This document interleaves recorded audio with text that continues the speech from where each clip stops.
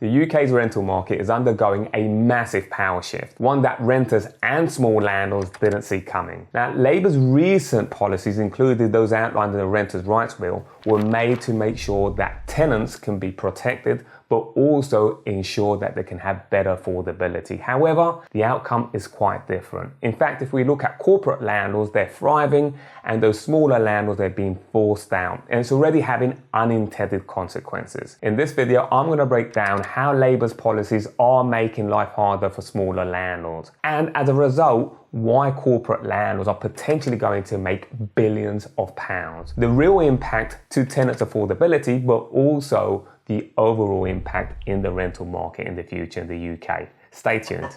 There are quite a few government policies that have forced smaller landlords out, but I want to share with you a story of Ben, a small landlord that had 2 properties, to demonstrate one specific policy that has made all the difference. Ben had 2 properties and he wanted these properties to supplement his retirement, like many landlords currently and even before, to make sure that they can have a steady income in their old age, whilst at the same time providing good housing to tenants. For quite a few years, Ben's tenants were quite happy. In fact, he was very responsive, he was flexible and very fair when it came to any rent increases. He wasn't trying to squeeze every penny out of them. But then came Section 24. This is a policy that the last Chancellor, George Osborne, introduced. Suddenly, landlords like Ben can no longer deduct their mortgage interest as an expense. This means that landlords are being taxed on their turnover rather than on their profits. I know it sounds crazy because this would not happen in any other business in the country. This was an absolute game changer, and the government at the time claimed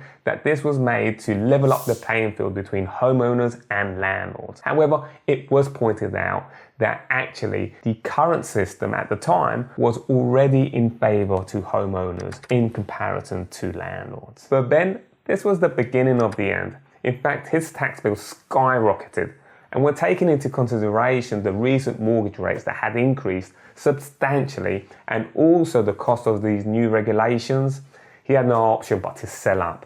But Ben wasn't alone. In fact, if we can look at properties that were up for sale in recent years, we can see that many of them were landlords exiting the market. In fact, if we look at last year alone, we can see that in London, the capital, 25% or thereabouts properties for sale were properties that were previously rented. In the meantime, we can see that in fact corporate landlords' properties are increasing. Yep, the build to rent is rising. If you're finding this video helpful, smash that like button. It really motivates me in pushing more of these videos for you.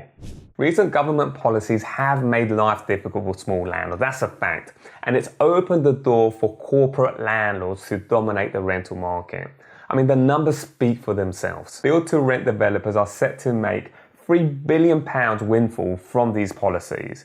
And Grainger UK, backed by BlackRock, now owns over 11,000 homes, collecting more than £100 million in rental income. Legal & General have already poured in £3 billion in property investment, and Lloyds Bank is getting in the action, in fact through its Citra Living brand, and is now having around about 5,000 homes and expanding rapidly. Corporate landlords have deep pockets, teams of lawyers and large scales of efficiencies that are going to be able to absorb these new regulations, while smaller landlords, of course, are unable to keep up with these. The result? Well, the market is shifting from a diverse mix of independent landlords to a system controlled by corporate organisations. One industry insider told The Telegraph, behind closed doors, Labour tends to be supportive of build to rent, but not in public. Government policies are meant to improve the condition for tenants, but in reality, it's making things even more expensive for them. If we know anything about corporate landlords, they're actually driving up rent prices. If we look at build to rent developments, they do bring a 10% or even more in some cases that I've seen premium.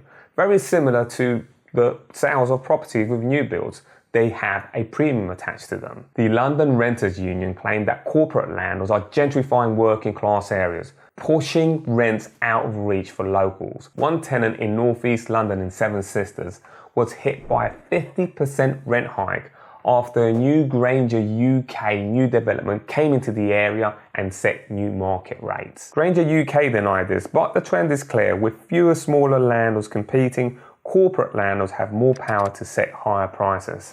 And although build to rent is marketed as being higher quality, a lot of tenants are experiencing some major issues. Now, some examples of corporate landlords' failures include: in Wembley, energy costs soared. Tenants at Citra Living, a US-owned build-to-rent company, found themselves paying 86% more for energy than the average Londoner, despite the company advertising savings of 56%. And in Croydon, mold and leaks in luxury apartments. Residents at L&G's £3,000 a month build-to-rent flats fought for over a year to fix these molds. It is said that large rental-only developments lack infrastructure, like parks, schools, and sometimes even good transport links. Now, this is leading to fears that we are building the ghettos of the future. The fact that there are many new regulations coming into the rental market absolutely means you should subscribe to this channel so you don't miss a thing.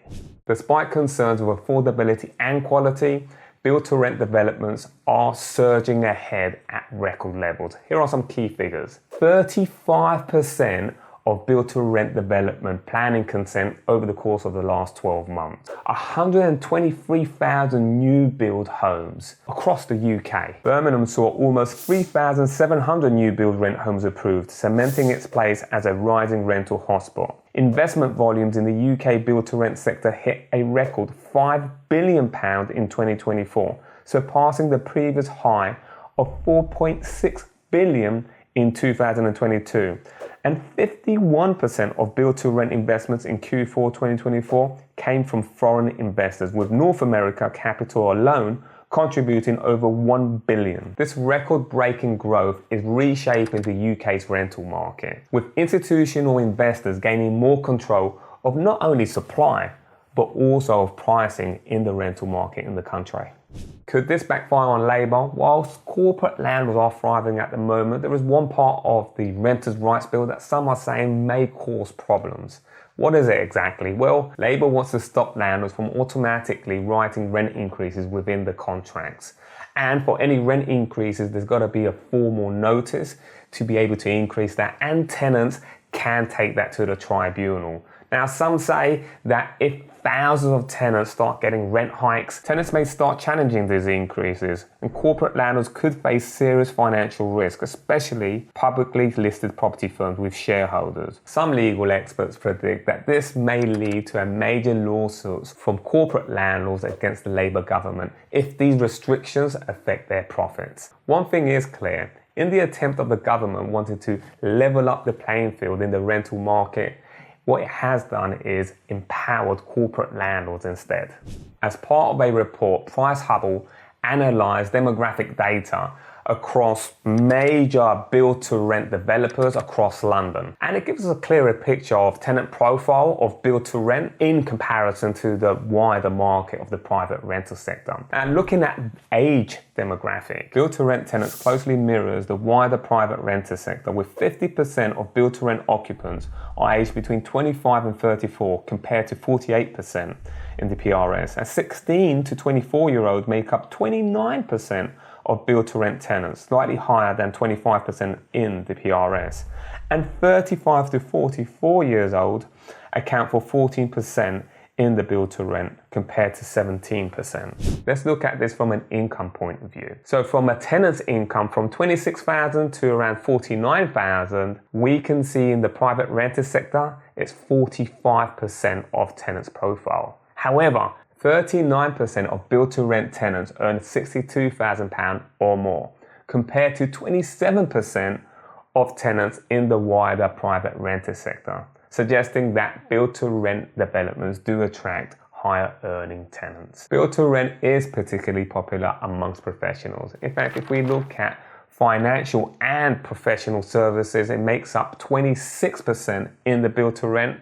However, if we look at tenants, it's around about the same at 27% in the private rented sector. The tech sector is strongly represented by build-to-rent, 16% compared to just 10% in the PRS. Public sector workers account for 13% in both build-to-rent and private.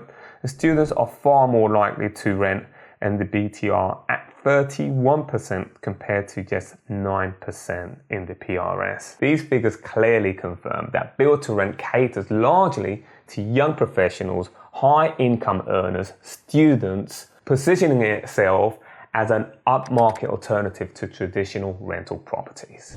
And to wrap up this video of Labour and corporates crushing small landlords, we can see that landlords exiting the market isn't the only consequence. We know that corporates are going to have more power or have more power, and when we look at it from a point of view of the tenants, well, the consequences are already quite challenging for them. By landlords exiting the market, rents have increased, and even where the government hopes that the corporates are going to fill in that gap, we do know that there is a premium for these buildings of 10%, dare I say it, even more. But secondly, we do have reduced rights because at the end of the day, these corporates have big legal teams and those contracts can be quite strict. If you're a tenant watching this, it would be great to find out your experience. Leave a comment below. And thirdly, we do have a loss of the human touch because we do know that independent landlords can be more human, more personal. Now what we have is these big corporate structures. You'll have a manager,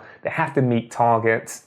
Well, you leave me a comment below and let me know your experience as a landlord or a tenant. If you're a landlord and you want to know the real impact of regulations of the government, make sure you watch the next video on the link and also above.